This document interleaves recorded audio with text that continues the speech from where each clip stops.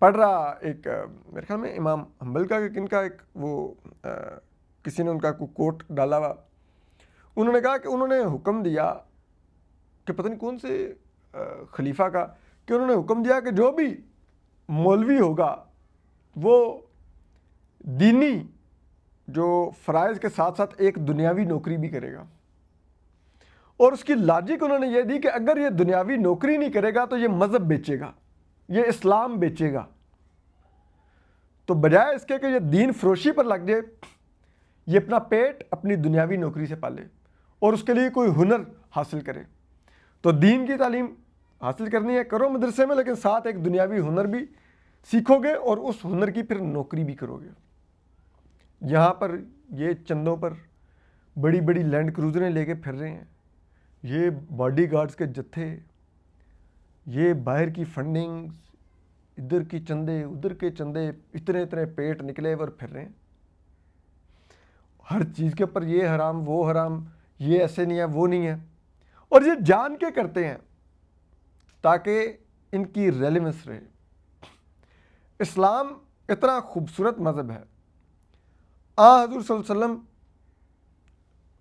کہتے ہیں، خدا کہتا ہے ہمارا کہ دین میں آسانیاں پیدا کرو، آسانیاں پیدا کرو تاکہ لوگ دین کی طرف آئیں، کیونکہ مشکل دین کی طرف تو لوگ نہیں آئیں گے۔ آج کیوں لوگ مذہب بیزار ہیں، کیوں لوگ مساجد کا رخ نہیں کرتے، کیوں نہیں جاتے؟ تبلیغی جماعت والے گلی گلی پھر رہے ہوتے ہیں لیکن اس کے باوجود لوگ ان کے ساتھ مساجد میں نہیں جاتے، کیونکہ ہم نے اتنا مشکل کر دیا دین کو کہ لوگوں کو اس کو پریکٹس کرنا مشکل لگنے لگ گیا کہ یار میں مطلب یہ اگر نہ کر دوں تو یہ کہ بدعت نہ ہو جائے، یہ کر دوں تو کہیں وہ گناہ نہ ہو جائے، یہ کر دوں تو فلاں نہ ہو جائے۔ بھائی آسانیاں پیدا کریں تاکہ لوگوں کو لگے کہ یار اسلام پریکٹس کرنا بہت آسان ہے، بہت ایزی سا مذہب ہے، کوئی مشکلات نہیں ہے اس کے اندر۔ یہ اس کو مشکل سے مشکل کرتے جائیں گے، اس چیز کے اوپر فتویٰ، وہ حرام، وہ بدعت، وہ فلانا، وہ یہ وہ۔ اب کرتے کیوں ہیں؟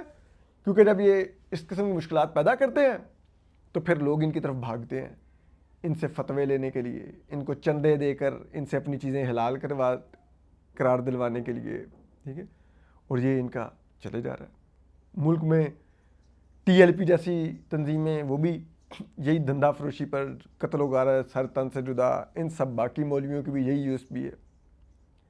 کیوں ہماری ریاست ان کو بلاتی ہے؟ ذرا سی بات ہوتی ہے جی محرم آ رہا ہے، رمضان آ رہا ہے، ربیع الاول کا مہینہ آ رہا ہے، چلو جی ان سب سیکٹس کے مولویوں کو بٹھا لو جی، آپ نے امن و امان برقرار رکھنا ہے، بین مذہبی ہم آہنگی رکھنی ہے، فلاں۔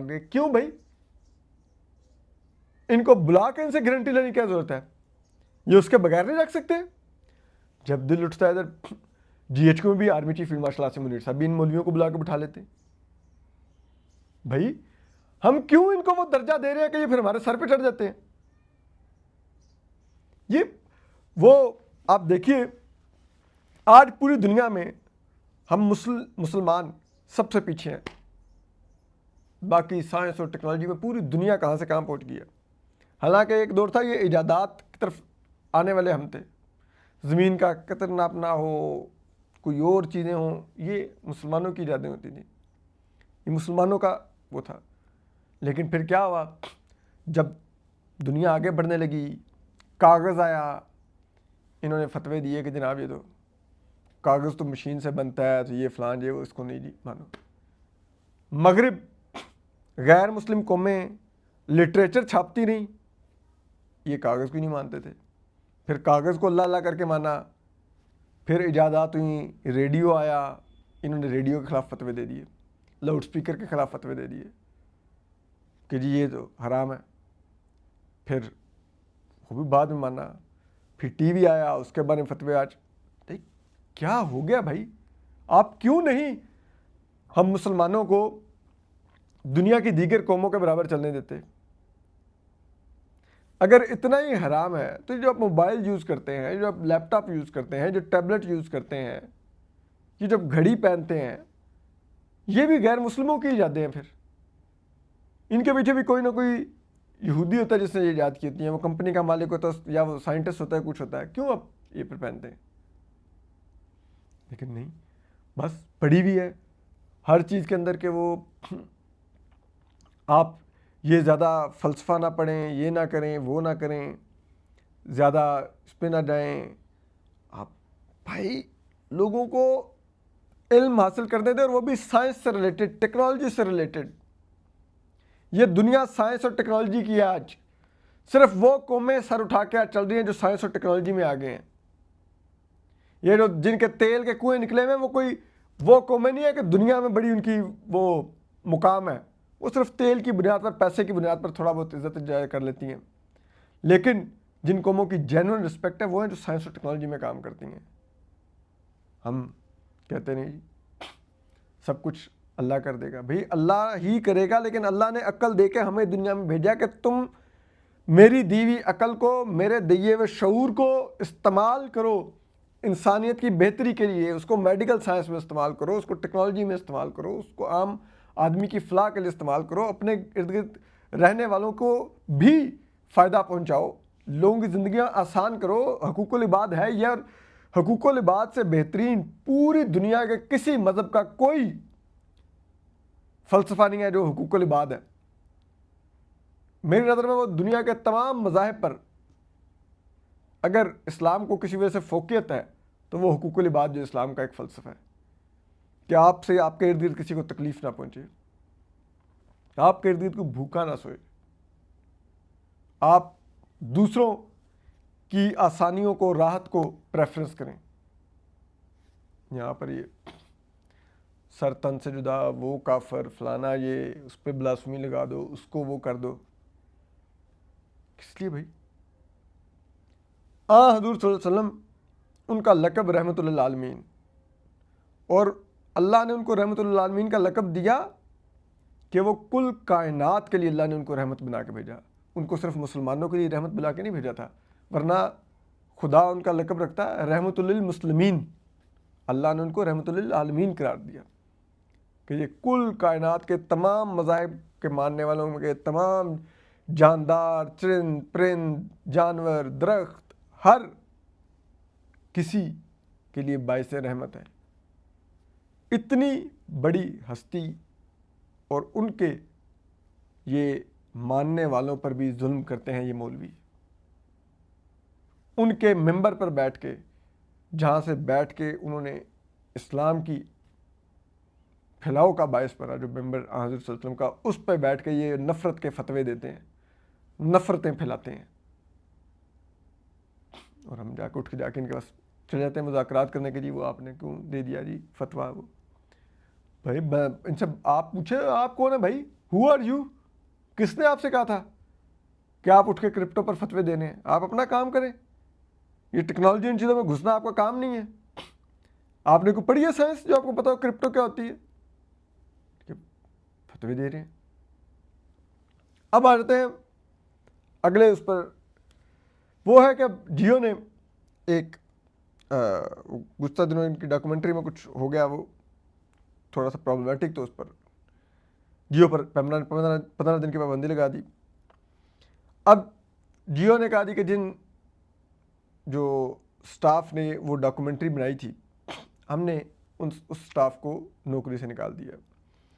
اب پیمرا جو فیصلہ دیتا ہے وہ کہتا ہے ٹھیک ہے جی، جیو کو یہ 1 کروڑ جرمانہ ہو گیا، اور جو جیو نے ان ملازمین کو نکالا ہے ان ملازمین کو آج کے بعد پاکستان کا کوئی ٹی وی چینل، کوئی اخبار ان کو نوکری نہیں دے گا. ان پر تا حیات پابندی ہے جی. یہ اتنا پرابلمیٹک فیصلہ ہے. آپ لوگوں کا رزق چھین رہے ہیں اس مہنگائی کے دور میں، کہ ان کو کوئی جاب نہ دے تو وہ کہاں پر جائیں؟ بھوکے مر جائیں؟ کیا ان کے کوئی ماں باپ نہیں ہوں گے جن کی دوائی ہوگی؟ ان کی کوئی بہن نہیں ہوگی جس کی شادی ہونی ہوگی؟ ان کی کوئی بچے نہیں ہوں گے جن کی جاب ہوں گی؟ ان کی کوئی بیوی نہیں ہوگی جس کا گھر کا خرچ ان کو دیکھنا ہوگا؟ وہ کہاں سے کھائیں؟ کیا کریں؟ اور اگر کسی نے پڑھی جرنلزم رکھے ہے، اس کا 15 20 25 سال کا ایکسپیرینس ہی اس کا، آپ کہنا کہ ایک دن میں وہ زیرو ہو جائے، اور زیرو ہو کے وہ چھابڑی والا بن جائے. اور یہ پیمرا کے پاس کہاں سے اختیار آ گیا کہ وہ لائف ٹائم بین کرنے لگ گئے؟ Who are they people? کوئی حد ہوتی ہے یار. اب بیٹھ کے وہ پابندی لگا رہے ہیں، اور یہ ہماری صحافتی تنظیمیں اور سب بھی ان کا بھی یہی حال ہے. ان میں سے کسی سے اٹھا نہیں جاتا کہ کھڑے ہو کے بات کریں کہ بھائی کیوں ہو اس پیمرا کے جو ہمارے صحافیوں پر پابندی لگائے گا. اور جیو کو بھی رجسٹ کرنا چاہیے کہ بھائی آپ اس قسم کے کیسے آپ فیصلے دے رہے ہیں.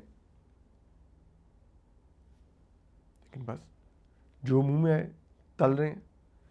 اور اب حالت یہ ہے ستھرا پنجاب کی کہ جناب وہ پچھلے دنوں بھی گجرانوالہ میں ایک نے خودکشی کی, اب ایک اور نے خودکشی کی. کیوں کی کہ جی کنٹریکٹر تنخواہ نہیں دے رہا تھا, اور تنخواہ کتنی ہے 19,000 روپے. کین یو بلیو, خود حکومت نے منیمم جو مزدور کی تنخواہ ہے وہ 40-45 ہزار روپے مقرر کی ہوئی ہے. یہ جن کو کانٹریکٹس دے رہے ہیں اس سے یہ انشور بھی نہیں کروا سکتے کہ جو ہم نے کم از کم اجرت مقرر کیا وہ تم نے دینی ہے مزدور کو. یہ ان کی حالتیں ہیں. خود ان کو بلو پاسپورٹ دو, ان کو 11 ارب کے جہاز لے کے مرین نواز صاحب کو دو جس میں وہ گھومیں. غریب کو 19,000 تنخواہ لگوائی ہوئی ہے, اور وہ 19,000 بھی اس کو مل رہی نہیں ہے. اور بڑا اپنا فلیگ شپ ہے ستھرا پنجاب میں, ستھرا پنجاب. وہ گھنٹہ ستھرا پنجاب, وہ غریب مر گیا 19,000 کے لیے. سوچئے وہ کتنا غریب ہوگا, اور اس کے لیے 19,000 کی بھی کتنی اہمیت ہوگی کہ اس نے اس 19,000 کے لیے اپنی جان دے دی, خودکشی کر لی. یہ ہے غربت کا عالم ہمارے پنجاب میں. وہ ملتان میں بندہ جاتا ہے, باپ کے لیے کفن کے پیسے نہیں ہیں, وہ باپ کی ڈیڈ باڈی کپڑے میں, گھر کے کسی کپڑے میں لپیٹ کے دفنانے پہنچ جاتا ہے. ستھرا پنجاب, ستھرا پنجاب ان کا.